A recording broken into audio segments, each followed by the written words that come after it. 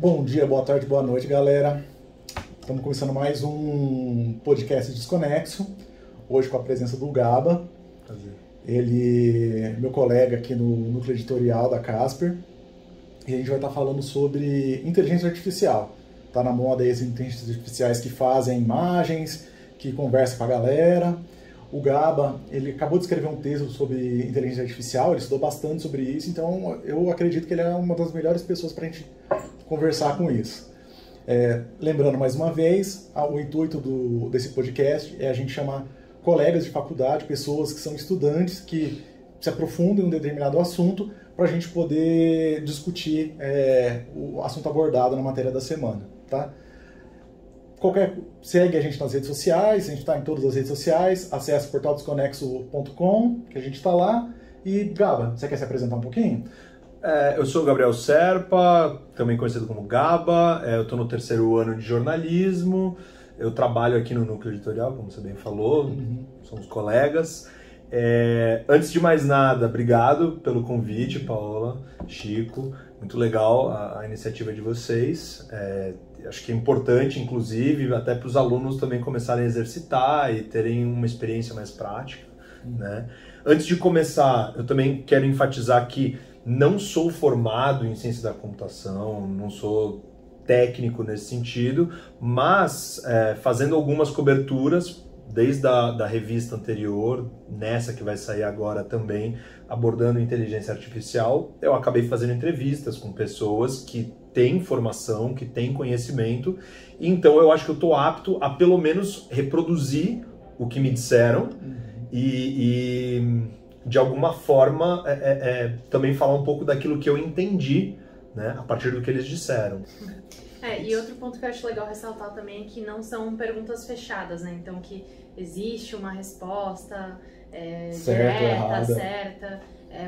São muito mais perguntas provocativas para a gente conversar e discutir e conhecer diferentes pontos. Então, sem dúvida, a gente pode começar. Bom, Gaba, pensando nas pesquisas que você teve e tal, e bom, você é jornalista, você acompanha o que está na mídia, o que você percebeu que a mídia não está abordando com o foco que deveria, ou que está escapando da maior parte das pessoas em relação às inteligências artificiais? Cara, eu acho que assim, antes de mais nada, acho que muita gente não entende, ou os veículos tradicionais eles têm uma certa dificuldade em explicar o que é a inteligência artificial. Por exemplo, o DALL-E 2, né, que foi objeto da minha reportagem na Casper 33. Né? É uma ferramenta, uma inteligência artificial que produz imagens, em tese, do zero. Acontece que não é do zero, porque existe um banco de dados, né, e a máquina ela é programada.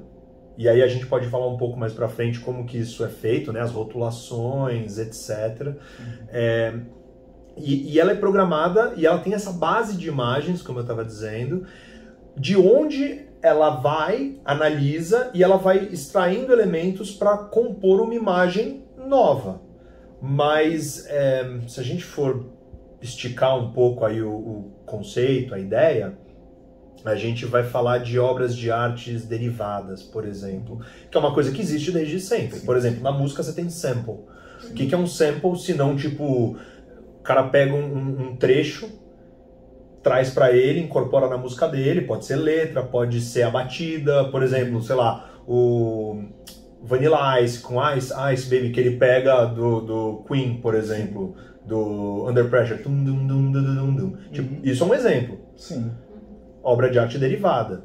Então você vai, encontra algo original e traz para o seu, assimila, incorpora. Acontece que com a inteligência artificial você consegue fazer com uma base muito grande. Então imagina que você não vai fazer o sample de uma música, de duas músicas, você vai fazer o sample de trocentas músicas. Estou falando aqui em termos muito pobres, mas é mais ou menos isso que acontece, por exemplo, com as imagens. E é também o que acontece com o ChatGPT. Só que aí não é necessariamente imagem. O GPT-4 ele já tem a capacidade de trabalhar com imagens, mas no 3.5, que é o que está disponível para a gente até agora, ainda é texto. Então, de novo, o que as pessoas precisam entender, que eu acho que às vezes a mídia tradicional, vamos dizer assim, falha, é em dizer para as pessoas que nada se cria do zero. Existe uma base de dados, existe uma base de imagens, e as ferramentas são muito eficientes em beber dessa fonte, que já está lá disponível para elas. A partir disso, pode-se criar algo novo, mas esse novo, claro, ele não nasce do vácuo. Né? Sim. Até uma coisa que eu vou falar, e aí você pode me corrigir se eu estiver errado, que você falou do DALL-E, do ChatGPT, eles são inteligências artificiais meio que primas, que são da mesma empresa. OpenAI. E tem outras inteligências artificiais de outras empresas concorrentes. Sim. Que têm outras fontes, outras programações, é isso mesmo, né? Sim, por exemplo, você tem o Midjourney, pra gente ficar dentro só das que geram imagem, né? Pra gente facilitar um pouco. Você tem o Midjourney, que foi essa que enganou um monte de gente do Papa com vestido puffer, né? E o Midjourney é muito eficiente também. O DALL-E é muito bom, é uma ferramenta excepcional. Eu brinquei bastante até para poder redigir, né? Eu queria me apropriar um pouco da ferramenta, entender como é... Porque assim, se você chega lá desavisado e joga alguma coisa aleatória, a ferramenta, ela te dá um resultado que às vezes você olha e fala, nossa, que sem graça. Só que conforme você vai brincando e você vai refinando o que você pede para ela, aí o resultado vai vindo um pouco mais a contento. Você fala, nossa, que legal. Aí você vai sacando que você pede elementos, você pede estilos artísticos. Tipo assim, você pode pedir um estilo Rembrandt. Aí ela vai te dar uma obra que é aquela pintura a óleo, tal, não sei o quê. Ah, não, eu quero um estilo cubista. Eu quero... Enfim, você vai jogando. Mas aí você vai misturando elementos que são completamente... dissociados, digamos, em termos de tempo. Eu quero uma foto da Avenida Paulista agora no estilo pintura a óleo do Rembrandt. Aí a máquina vai lá e vomita aquilo pra vocês. Você fala, nossa, que legal. E o Midjourney, ele tem essa pegada até mais realista, assim, que nem o Papa. Ele é numa folha, né? Sim. Você vê o nível, né, cara? Então, e aí eu acho que isso levanta pra nós, comunicadores, uma questão que é desinformação. Assim, cara, se a gente já cai facilmente, né? Eu digo nós, sociedade, a gente cai todos os dias, a todo momento, a gente cai em golpe, a gente é enganado só com texto, né? Só num formato. Às vezes com algum elemento, assim, de tipo, uma estética do G1, mas que é uma coisa ainda primária, né? Agora, com imagem, aí a gente escala, né? Você sobe um degrauzinho. E aí esse degrau é perigoso, né? Um dos entrevistados com quem eu conversei para fazer agora do ChatGPT foi o Pedro Burgos, que ele é professor do INSPER. Ele foi, se não me engano, editor na Super Interessante, enfim. Legal. Ele é um cara que já tem bastante carreira e ele é formado em ciência da computação. E uma das coisas que ele falou o que me assusta, né, agora aspas para ele, né, o que assusta é, por exemplo, phishing, engenharia social. Imagina um golpe que você faz com um chat GPT da vida, que ele tem acesso à conversa de WhatsApp tua e da tua mãe, por exemplo. Sim. E aí, como que ele relaciona essas informações que ele tem acesso e qual que é o golpe que ele consegue produzir, dado que ele sabe detalhes, né? Não é a máquina que sabe, mas ela tem esses dados disponíveis, né? Então consegue trazer uma verossimilhança muito grande, né? Muito alta. Então, nesse sentido, eu acho que daí a gente tem um problema, assim, né? É delicado. Enfim, eu já até saí falando, me perdi completamente. Mas é que eu acho que são pontos importantes, né, pra gente abordar. Sim, sim. Eu acho que antes também da gente entrar, né, mais na questão de racismo algorítmico, etc., eu acho que vale a pena a gente, né, dar esses passinhos para trás, aí se você puder contar um pouquinho a questão dos processos, né, que você trouxe, de como que essas inteligências funcionam, etc. Então, é o seguinte, é importante separar, assim, existem vários tipos de ferramentas, de tecnologias. Tem, assim, eu consigo nomear uma que eu me lembro, que é o que eles chamam de GAN, G-A-N, que é Generative Adversarial Networks. Se a gente for traduzir, vai ser redes generativas antagônicas.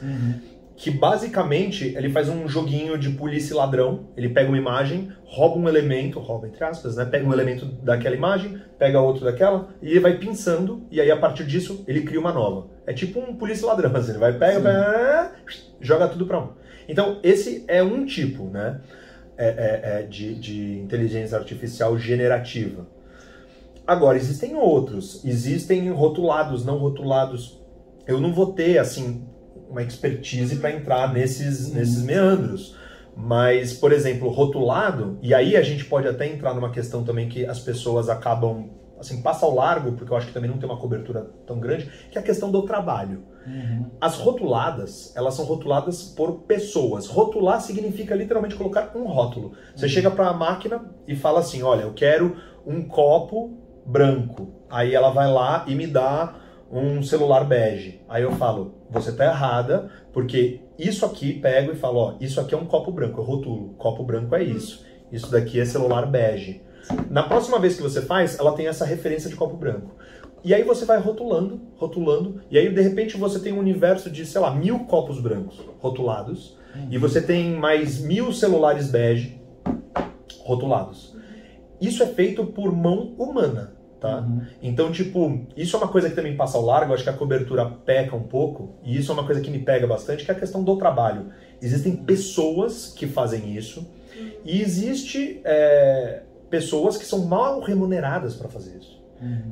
Tem uma reportagem da BBC, e aí talvez vocês podem deixar depois no link, eu pego bonitinho, não vou me lembrar o título dela, mas ela aborda exatamente isso.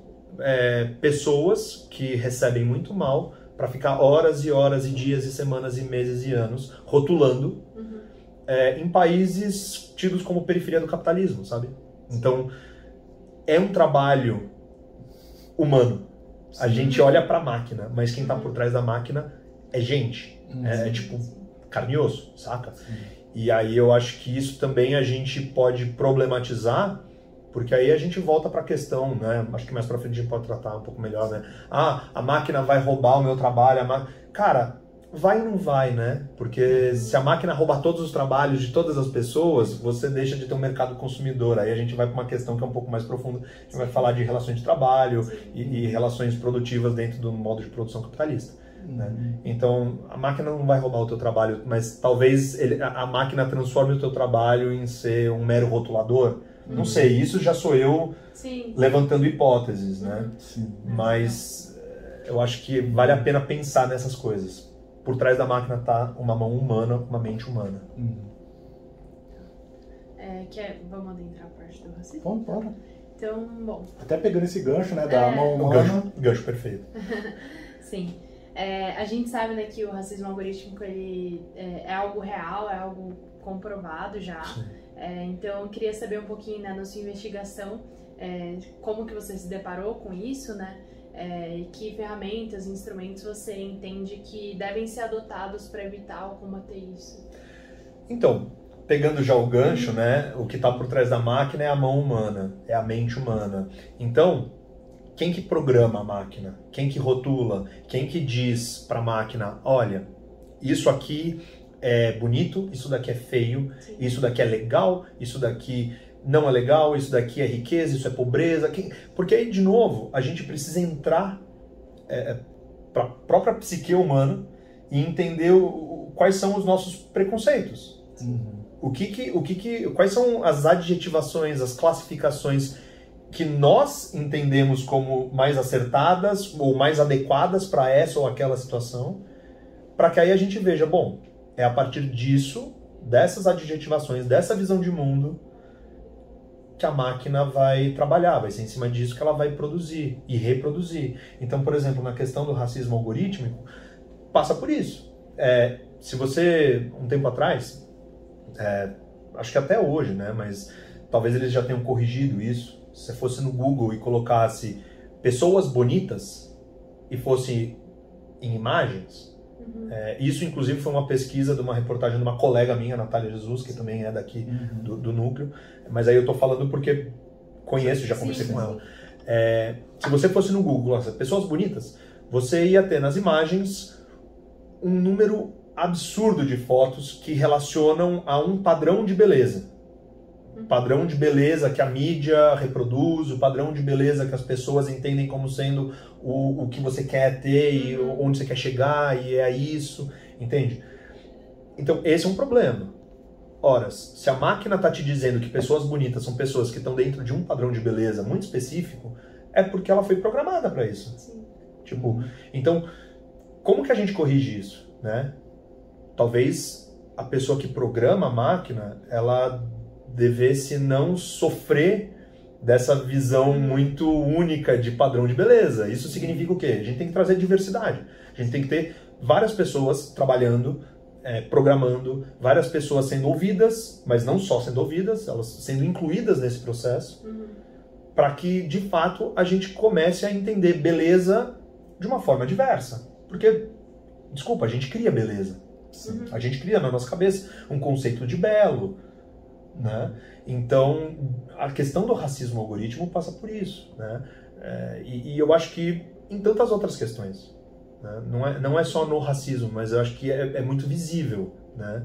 Se a gente pega, sei lá, na publicidade, porra, a maior parte dos brasileiros, da população brasileira, é preto e pardo. E se você pega, sei lá, na publicidade, a maioria esmagadora dos rostos que estão lá estampando são pessoas brancas. Então, eu acho que isso ajuda a entender por que existe um racismo algoritmo tão arraigado e tão presente. Porque, no final das contas, não são exatamente as mesmas pessoas, mas são as mesmas instituições, é o mesmo modo de pensar que está por trás de uma coisa e de outra. Então, acho que isso acaba ficando muito escancarado, sabe? Não sei se eu consegui cobrir, mas... Não, acho que é isso mesmo. E eu acho que o que é muito assustador também é a questão de que isso está crescendo muito rápido, né? E aí, até a gente passar por esse processo de incluir pessoas e incluir pessoas em todas as esferas, né? Em todas as instituições. Então, é engraçado porque a gente vive uma contradição. Acho que você tocou num ponto que é interessante e acho que vem a calhar porque, assim, a gente avança muito rápido. Sim. No caso, a gente avança, eu quero dizer, a tecnologia avança muito rápido. Mas a forma de você incluir pessoas, de você buscar diversidade, de você ter uma participação plural, isso caminha a passos muito vagarosos. É uma contradição absoluta, assim. Porque a gente poderia imaginar que não, a tecnologia está avançando rápido, a gente está chegando em lugares incríveis, então ao mesmo tempo a gente vai trazer mais gente para trazer outras visões, para contribuir, isso não acontece no mesmo ritmo. Então eu acho que essa contradição ela é boa de ser explorada, problematizada e falada a respeito. Né? Você falou uma coisa que eu estava ligando agora, que a maior parte dessas inteligências artificiais trabalha com rotulação. E na reportagem que a gente fez, a gente pegou alguns exemplos de inteligência artificial e tem uma inteligência artificial do Canva, que gera imagens. E das que a gente pesquisou foi a pior, assim, pior no sentido de trazer o preconceito da forma mais horrorosa assim, possível. E aí eu estava aqui pensando no trabalho que não vai ser alterar toda essa rotulação para tentar corrigir essa inteligência artificial. E, tipo, até onde o detentor dessa inteligência artificial vai querer investir para fazer isso daí? O que eu acho que preocupa, e eu acho que vale a pena a gente levantar hipóteses, pensar a respeito, é que as inteligências artificiais funcionam a partir de conhecimento anterior, né? Então, por exemplo, nesse caso que você citou, eu nem vi, eu particularmente não conheço a inteligência artificial por trás do Canva, mas você está me dizendo que, tipo, das mais terríveis.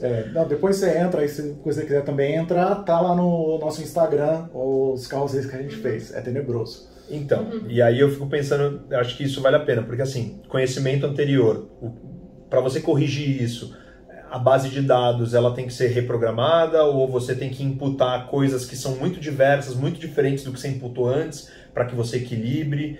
E aí dentro dessa discussão, por exemplo, se você vai para o campo jurídico, eu tenho ouvido uma galera dizer que o campo jurídico está sendo muito afetado por isso, porque é conhecimento anterior. Então, tipo, você vai redigir uma petição. Pô, uma petição é um negócio ali quadradinho, tem formato.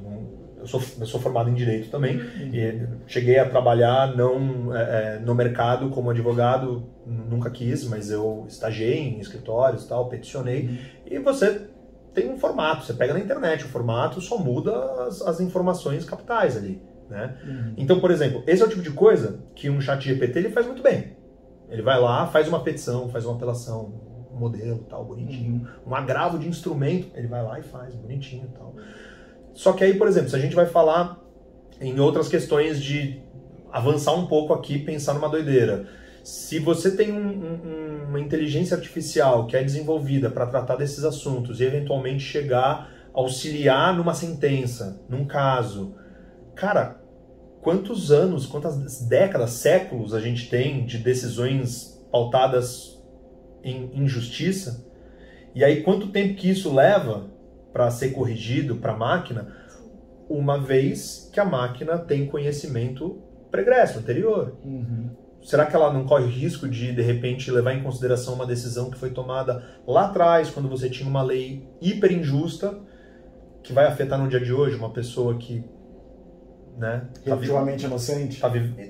Inocente e que vive em outro mundo, que deveria ser um mundo um pouquinho melhor, pelo menos, e que de fato talvez não seja. Sim. Então, se a gente vai estressando o argumento e levando para cenários um pouco mais distantes, ainda que sejam distantes hoje, a gente pode encontrar coisas problemáticas e que antes de você implementar, você tem que ter cuidado. Você tem que saber exatamente o que vai ser feito, como vai ser feito. Bom, e é curioso, né? Porque a gente entende que a tecnologia, né, a inteligência artificial, ela vai tomar a decisão mais racional possível, né? É o que a gente espera, porque tá lidando com uma base de dados enorme, então, né, tem muitas informações para tomar uma decisão que, sei lá, a gente, enfim, com a nossa capacidade cerebral hoje, a gente talvez não tomaria essa decisão, só que aí tem toda essa questão, né, de que base de dados que é essa. A gente trouxe aqui, né, que o uso das inteligências artificiais tem sido muito instrumental, né, então tem automatizado trabalhos manuais, mecânicos, complexos ou extensos, e queria perguntar se você observou alguma perspectiva de mudança desse paradigma. Você diz em trabalho, tipo... Isso. Usar como uma ferramenta. Isso, como você falou das petições. Então, aí é o lado que eu acho que é um lado ok, é um lado legal, que dá pra gente explorar e que dá pra gente, por exemplo, facilitar o nosso dia a dia. No final das contas, eu acho que toda máquina, ela vem com o intuito de diminuir o nosso trabalho, diminuir o nosso esforço. Se a gente trabalhar mais ou menos, aí a gente volta para uma questão que é muito anterior, que é como a gente vive dentro desse modo de produção no qual estamos inseridos. Mas, a princípio, todo o progresso, todo tipo de desenvolvimento de tecnologia, ele vem com esse intuito de tornar um pouco mais fácil. Então, partindo dessa premissa, vamos falar do jornalismo. E isso é coisa que eu faço, que eu uso. Por exemplo, a gente tem uma ferramenta que eu gosto, ela não é perfeita, mas ela economiza um belo tempo, que chama-se Google Pinpoint. E aí dentro do Pinpoint é uma suite, né? Tem várias coisas que você pode usar dentro do Pinpoint, que é da Google.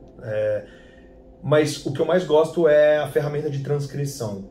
Porque, pô, se você já fez uma entrevista que tem mais de 20 minutos, por exemplo, você sabe que é um porre, é muito chato você ficar transcrevendo e tal. Você vai gastar pelo menos 1 hora para transcrever 20 minutos. Exatamente. O tempo é sempre, no mínimo, dobrado. Né? Pra mim é triplicado. Pra mim também. Porque eu tenho uma capacidade de me perder ali, e aí eu começo e eu falo, putz, eu acho que eu já embaralhei toda a frase, aí eu fico voltando. Então, é exatamente isso. Se a entrevista tem 20 minutos, no mínimo 40 para quem é bom nisso, e bota 50, 1 hora pra mim, por exemplo. Pra mim também. Então, eu acho que é uma ferramenta que ajuda muito, ela tem os seus erros, ela não vai te entregar uma transcrição limpa, maravilhosa, mas ela vai marcando, primeiro, ela tem o tempo, agora não vou me lembrar, não é time code, é tipo... Timestamp. Exatamente, timestamp. Ela tem ali, por exemplo, com a minutagem. Então, por exemplo, mesmo que a transcrição não esteja maravilhosa, ela tenha erros, você consegue pescar aqui, ok, é em 5 minutos e 22 que o cara tá falando daquela pergunta que eu fiz, que me interessa, agora que eu quero achar as aspas desse cara para jogar na minha reportagem. Você vai lá, clica, e aí ele já te bota no tempo ali, nos 5 e 22, e aí você pega exatamente o que você precisa. Então, ela facilita muito. Eu já uso isso. Eu uso isso desde a edição passada ou retrasada aqui da revista Casper, por exemplo. Porque, de novo, é uma mão na roda, né? E a menos que você esteja fazendo, por exemplo, um ping-pong, que aí você vai ter que fazer uma transcrição meticulosa, você consegue usar o pinpoint para você pescar aspas, para você pegar um negócio ali. Putz, ele trata do mesmo assunto no começo e no final. Putz, eu vou ter que ficar navegando de um lugar... Não, você já vai lá. Você clica na minutagem aqui, vai na minutagem ali. Então, eu acho que isso é uma coisa boa.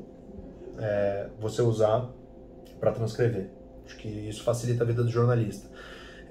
Uma outra inteligência artificial que eu acho que ajuda bastante é o próprio ChatGPT. O 3.5 é muito bom em tradução. Ele traduz bem. Tipo, se você pegar um texto jornalístico, sei lá, da BBC, se você pegar um texto da Wired, ele consegue... Eu tô dando exemplos assim diferentes porque são linguagens diferentes. A Wired é muito mais tipo, descolada e tal, enquanto que a BBC tem um estilo mais clássico de jornalismo.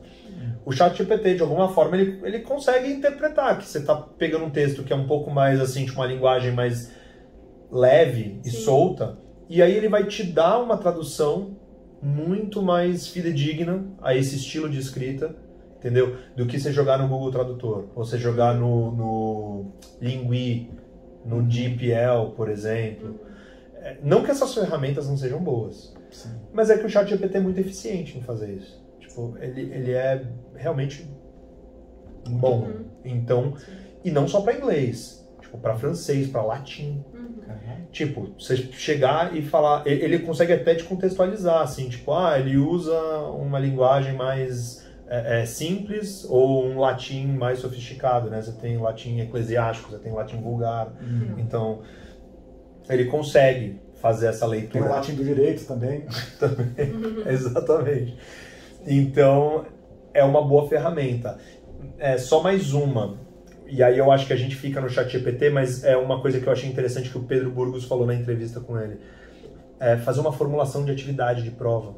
Porque assim, tem escola que não dá mais lição de casa, valendo nota. Por quê? Porque, tu joga no ChatGPT e acabou, cara. Beleza, tá feita a lição.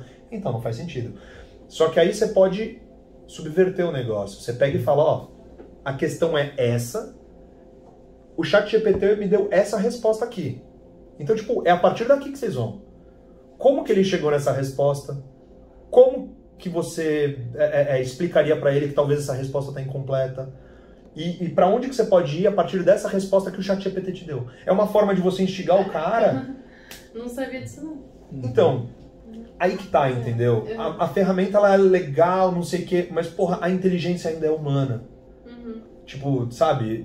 Por isso que eu acho que não precisa ser tão catastrófico com relação à inteligência artificial, porque, no final das contas, é a nossa inteligência. O humano tem capacidade de olhar para isso e falar, nossa, é um desafio, mas eu consigo subverter, entendeu? É muito mais preocupante o que se faz, o que instituições, organizações, empresas, governos fazem com a ferramenta, porque não é uma ferramenta que está disponível para todo mundo. Né? Então, acho que isso é um uso legal da ferramenta. Assim, professores, por exemplo, elaborando provas, programador pedindo, o código está errado, mas eu preciso que ele faça tal coisa. Você joga o código, ele corrige o código. Eu acho que esses usos são usos positivos. Eu acho que ele vai vir para ajudar o trabalhador, a pessoa que precisa produzir e que de alguma forma vai encontrar ali uma forma de diminuir um pouco ali o peso, agilizar essa ou aquela atividade. Me estendi pra caramba. Não, tá ótimo. Eu me empolgo, gente. Pode falar, meu. Pode ir. Você quer assim? Não, eu ia... Uma coisa que eu queria te perguntar é com base nessa... Semana passada foi que divulgaram que a China deixou um satélite deles lá 24 horas na mão de uma inteligência artificial. Tipo, toma conta, faz aí o que você quiser. Nesse meio tempo, um pouquinho antes, teve aquela carta lá, tipo, não, para parar por 6 meses a pesquisa. Uhum. Aí veio o CEO ex-CEO da Alphabet, né, do Google, falando, não, a gente não pode porque a China vai ultrapassar a gente. E, tipo, um negócio meio Guerra Fria, assim. Muito cheiro de naftalina. Nossa, muito. Você acha que agora, tipo, a Guerra Fria anterior foi, tipo, não, tenho mais bomba que você, aquele negócio meio fálico, assim. Você acha que agora a gente vai entrar numa época de rinha de inteligência artificial? Tenho mais inteligência artificial que você. Vou botar minha inteligência artificial, vou brigar com você, vai ter um campeonato, sei lá. Cara, que é. É difícil fazer previsão, assim, eu não saberia responder, assim, cravar, falar, não, a partir de agora a guerra vai ser em cima de IA, quem tiver mais IA, vai ser o Mad Max da IA, né, a distopia, não cravaria nada nesse sentido, mas eu acho que, assim, definitivamente existem interesses muito grandes em cima de inteligência artificial, porque você sabe que meio que o céu é o limite agora, né?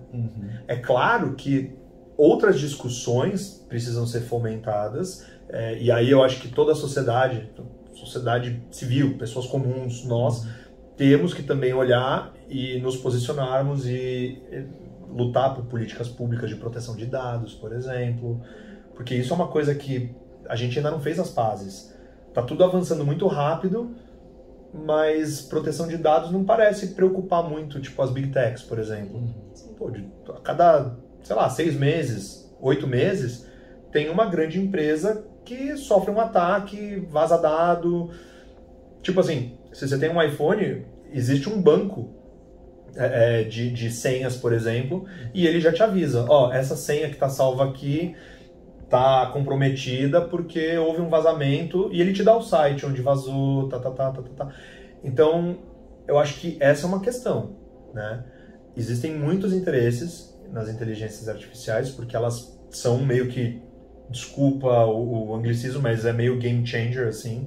Tipo, elas têm o potencial de mudar as coisas, ao mesmo tempo que, porra, é difícil a gente não pensar que existem alguns usos menos nobres que podem ser feitos, né, com elas. Então, sei lá, satélite, por exemplo. Acho que é um negócio que você fica meio, opa, e aí a gente vai ter isso controlado por máquina, ou de alguma forma, não controlado, monitorado completamente, mas que de alguma forma vai ter alguma aplicação de máquina nisso. Putz, mas como que vai ser feito? Por quê?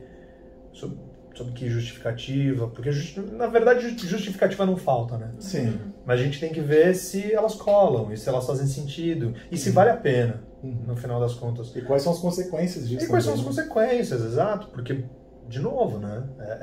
Não é uma ferramenta que está sob o controle das pessoas. Esse é o meu ponto. Sim. Tipo, a gente pode entrar lá no GPT 3.5, no DALL-E, pra ficar brincando. Tipo, eu quero fazer uma arte do Rembrandt. Eu quero fazer um texto sobre o nascer do sol estilo Camões. Ok, você é livre para fazer isso. Mas tu não é livre para decidir qual uso de fato vai ser feito nas grandes decisões que são tomadas. Então, acho que isso é preocupante e a gente tem que estar atento, a gente tem que saber e a gente tem que, em última instância, gritar e falar, isso não pode. Outro exemplo, o Pedro Burgos, na entrevista que eu fiz com ele cita a ovelha Dolly em 97, sim. Tecnologia de clonagem. A gente tem tecnologia para clonar. Sim. Só que desde 97 ela está um tanto estacionada. Porque as pessoas falaram, ok, clonamos uma ovelha. Ok, temos tecnologia para clonar pessoas. Puta, isso não é aceitável. Tipo, riscou-se, né? O chão. Daqui não passa. Falaram, daqui não passa. Então, eu acho que é um pouco por aí. Agora, claro, também é otimista achar que, não, vamos riscar aqui, fazer um risco de giz, falar, daqui não passa. sei lá, a gente tá falando com bilionário, a gente tá falando com governos que ainda mandam, a gente tá falando dos Estados Unidos, a gente tá falando da China, a gente tá falando de, sabe? Então a gente tem que olhar para tudo isso e falar, é viável, a gente consegue também? Enfim, acho que... Sim. Não, acho que o último ponto que eu queria comentar aqui, que eu queria, enfim, que você falasse, a gente falou, né, que tudo beleza, então a inteligência artificial ela é controlada, né, por uma pessoa, então pra gente não ser tão pessimista, etc. Mas eu acho que também tem a questão como a gente está comentando, né, ao longo de todo esse tempo, a questão das intenções, né? Então, você acha que existe uma preocupação, uma pressão social em cima desse tema, que as pessoas estão realmente olhando para isso, prestando atenção nisso? Porque às vezes eu sinto que não. Eu sinto que tá surgindo um monte de coisa, tá todo mundo, nossa, que legal. Tá encarando como uma curiosidade bacana. Gente, assim... E aí, isso não... Eu não faço, assim, não tô fazendo juízo de valor, tá? Sim. Na verdade, eu tento apenas fazer uma leitura. Tipo, eu tento dizer aquilo que eu vejo. Sim. Se a gente perguntar para as pessoas, e para nós mesmos, tipo, para mim, para a pessoa que tá ali, o que está sendo votado na Lesp hoje? Nós somos de São Paulo, a gente está aqui na Avenida Paulista, a gente está a 1 quilômetro da Lesp. O que está sendo votado hoje na Lesp? A gente não sabe. Então, eu acho que não, acho que as pessoas não estão atentas. Eu acho que, assim, existe euforia e existe deslumbre. E é natural que haja. Tipo, eu não tô dizendo que, meu Deus, não podemos... Não. Pô, é uma baita ferramenta. E ela tem um potencial incrível. E ela faz coisas muito legais, cara. Eu para fazer a reportagem do Daoli, eu passei algumas tardes brincando que nem uma criança. Putz, olha que legal. Eu fiz um Jesus Cristo jogando basquete. Tipo, e eu não quero ofender ninguém, mas é só que foi uma imagem que ficou muito legal. Era um Jesus estilo arte digital jogando basquete. Eu fiz uma brincadeira que era Karl Marx pintura a óleo, jogando bola numa fazenda. Aí tem o Karl Marx jogando bola, pintura a óleo numa fazenda. Tipo, e aí você pega e você fala, pô, que legal. Um urso panda comendo taco. Pô, sabe? Então existe razão pra gente ficar deslumbrado, porque a gente consegue...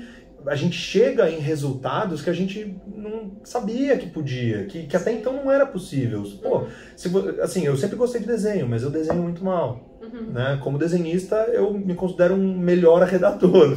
Então, tipo, eu olho isso e falo, pô, de repente eu consigo criar coisas muito legais e que, pelo menos em tese, você consegue, pelo menos por algum momento, burlar a questão de copyrights, né? Direitos autorais.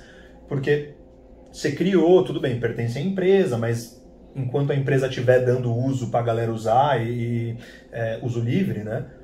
Legal, a gente pode... Então, existe razão para a gente se deslumbrar. Ponto. Não é juízo de valor.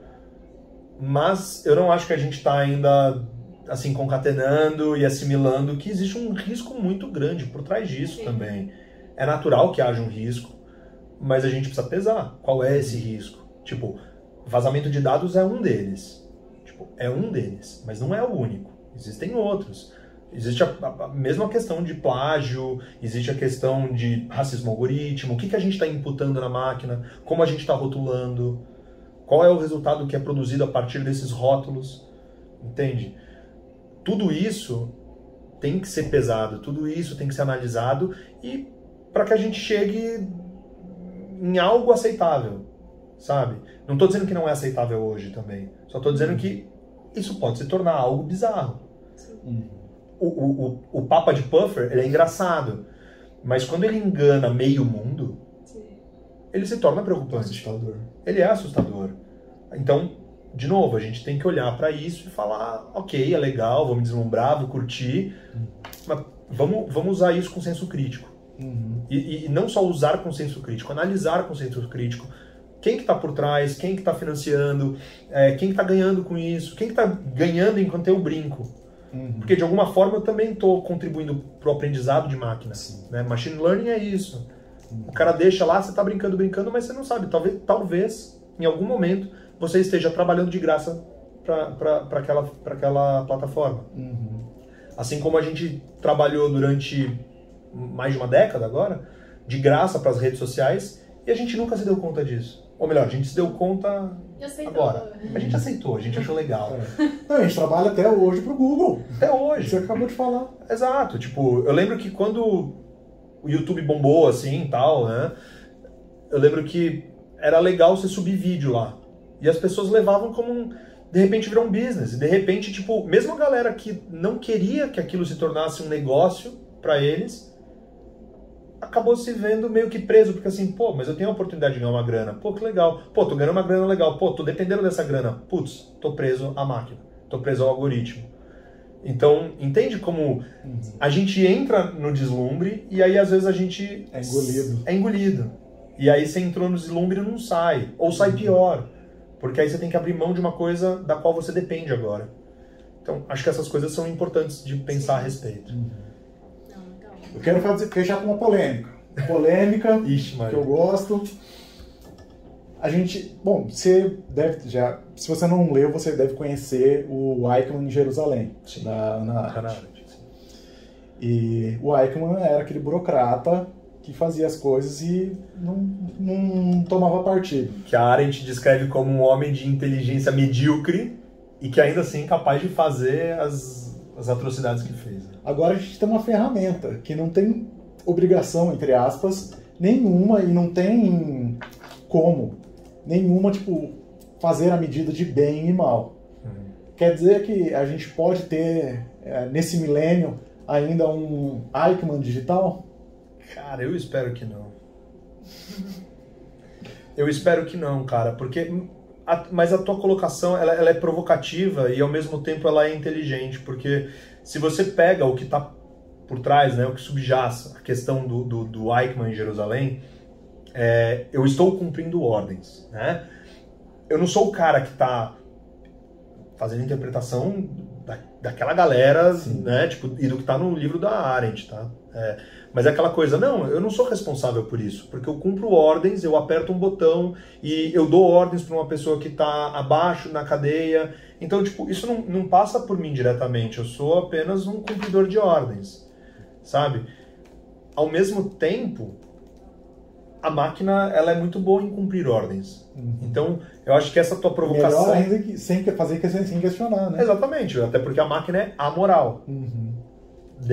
A moralidade por trás da máquina é humana, de novo, né? A gente volta para essa questão. Então, a tua provocação, ela é intrigante, ela é preocupante, ela é meio mórbida até, mas ela é cabível, infelizmente, porque no final das contas a máquina é boa em cumprir ordens. Se você programar e disser, eu quero que você faça isso de tempos em tempos, eu quero que você haja assim, essa situação é para você agir, proceder dessa forma, ela vai obedecer. E ela vai obedecer pontualmente, muito melhor do que os seres humanos, nesse sentido, sem fazer pergunta, sem ter qualquer tipo de deslize moral. Ai, meu Deus, eu tô numa crise, talvez acho... Então... eu espero que não. A única coisa que eu posso te dizer é espero que não. Eu espero que seja o contrário. Eu espero que a máquina seja o anti-Eichmann. Né? Que ela vá para o lado de proporcionar uma experiência de vida, uma vivência melhor para todas as pessoas. Que ela possa reduzir a carga de trabalho das pessoas, mas no sentido digno. As pessoas trabalhem menos e não ganhem menos para isso, porque elas continuam produzindo a mesma coisa, ou elas produzem até mais, trabalhando menos a partir das máquinas. Que a gente possa chegar em lugares novos e positivos, né? Que as pessoas aprendam, que, não sei, que os caras, a juventude, as gerações que estão vindo aí, que elas se apropriem dessas máquinas para que elas talvez vivam de uma forma diferente e melhor do que nós vivemos. Acho que é mais ou menos por esse caminho. Muito otimista? Talvez seja. Mas eu acho bom terminar de um jeito otimista. Mas vamos terminar numa nota alta. Né? Então, eu espero que seja assim, cara. E dá para ser assim. A questão é, de novo, quem está por trás. E que uso faz. Então, aí é outra discussão, né? Vamos expropriar tudo? Muito bom. Bom, Gabo, queria agradecer pelo seu tempo, queria agradecer a hora extra de ficar aqui com a gente. Queria agradecer para todo mundo que assistiu também. Algumas palavras finais? Não, obrigada pela participação, acho que foi muito legal. Acho bom a gente terminar com essa mensagem mais otimista, mas acho que o ponto central realmente é ficar atento ao que está acontecendo, enfim, fazer pressão social. Acho que tem muitas possibilidades disso levar a gente para um caminho melhor, então acho que depende muito da gente também. Bom, então é isso, galera. Segue a gente aqui, segue a gente nas redes sociais e não deixe de conferir o nosso site, portaldesconexo.com.br. Obrigado e até semana que vem. Com Sudão? Sudão. Agora não sei quem a gente vai entrevistar, mas a gente vai achar alguém para entrevistar para falar sobre o Sudão. Tchau!